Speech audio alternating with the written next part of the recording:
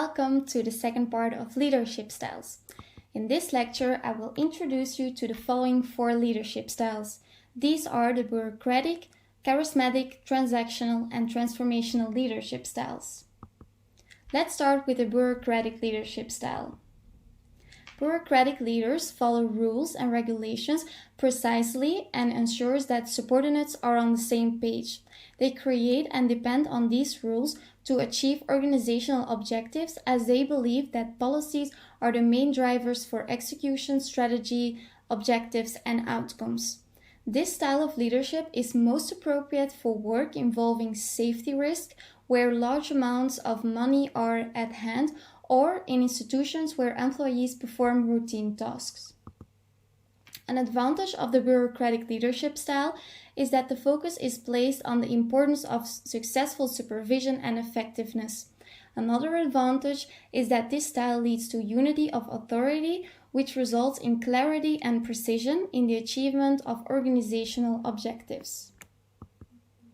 The disadvantage of this style include that bureaucratic leadership style overlooks both the development and motivation of subordinates, and it can also be ineffective in a team environment that relies on flexibility, creativity, or innovation.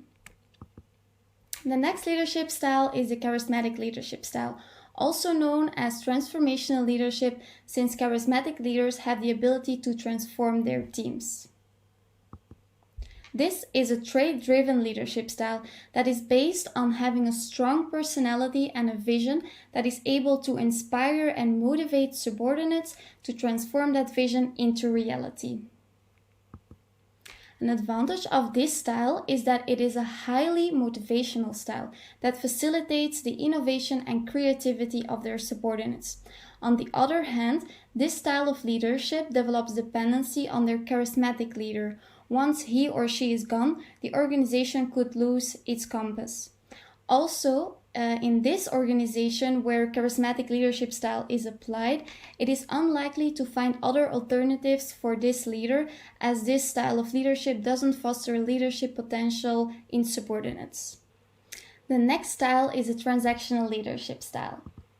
Based on the transactional leadership theory, this style considers that the relationship between the leader and subordinates is based on a transaction, meaning effort for pay.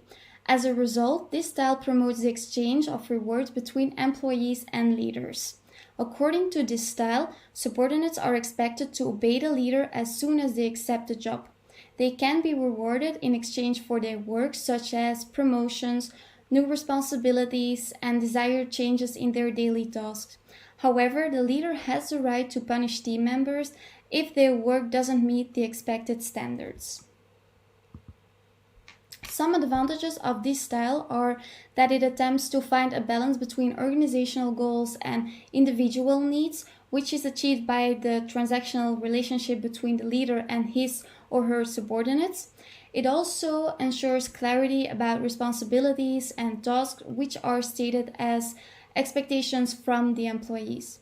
However, a disadvantage of this style is that it leaves the subordinates limited room for innovation, as they are expected to perform their assigned task. As a result, it causes less job satisfaction and an increased staff turnover. At last, I'm going to explain the transformational leadership style. These leaders inspire their teams to work together towards a common target or a vision. Transformational leaders set clear goals, motivate and support employees, which entails recognizing and rewarding people for their good work.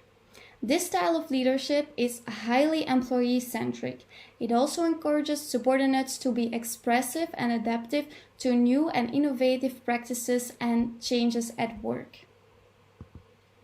The transformational leadership style contains some advantages, namely higher employee engagement, satisfaction and productivity, less staff turnover, better communication between the leader and his and/or her subordinates. A disadvantage of this style is that it is difficult to apply, as it requires several skills from the leader. It is also too strictly focused on the big picture and overall vision, while it does not pay much attention to the details of the vision. Now, Let's summarize the content of this lecture. In this lecture, we have discussed 4 leadership styles. The bureaucratic leadership style, which is basically about setting rules and ensuring that subordinates follow these rules.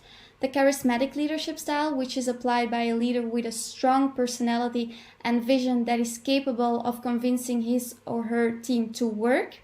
The transactional leadership style, which looks at the relationship between leaders and subordinates as a deal in which work is exchanged for pay. And finally, the transformational leadership style, which drives subordinates towards achieving a transforming vision for the organization. We will continue with the remaining leadership styles in the following lecture of this module. Thank you for watching, and I see you in the next video.